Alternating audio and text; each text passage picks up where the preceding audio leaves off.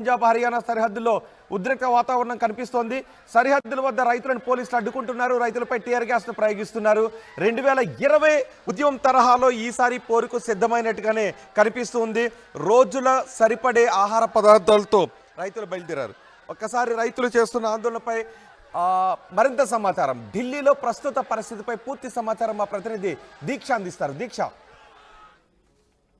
Present మనం ఇక్కడ ఢిల్లీలో పటేల్ నగర్ మెట్రో స్టేషన్ వద్ద చూసుకోవచ్చు. కంప్లీట్గా ఇక్కడ ట్రైన్ అన్నది ఫార్మర్స్ మంటలతో తగలబెట్టడం జరిగింది. మనం ఒకసారి ఇక్కడ చూడొచ్చు విజువల్స్లో. పటేల్ నగర్ రైల్వే స్టేషన్లో ట్రైన్ ప్యాసింజర్స్ ట్రైన్ కంప్లీట్గా మంటలతో ఉంది. సో ఫైర్ స్టేషన్ సిబ్బంది మాత్రం వచ్చి మంటని ఆర్పడానికి ప్రయత్నాలు చేస్తున్నారు. మనం చూసుకోవచ్చు కంప్లీట్గా ఒక చైర్ కార్ కంప్లీట్గా కూడా మంటలతో ఉంది.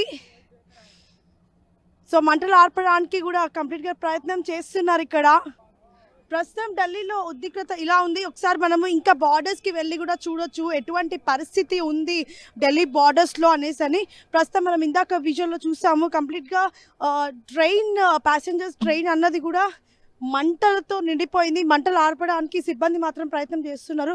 సో అక్కడికి అసలుకి వెళ్ళడానికి ఛాన్స్ కూడా లేకుండా అయిపోయింది. అక్కడ ఉన్న వారినే కంప్లీట్గా బయటికి పంపించడం జరుగుతుంది. మనం చూడొచ్చు.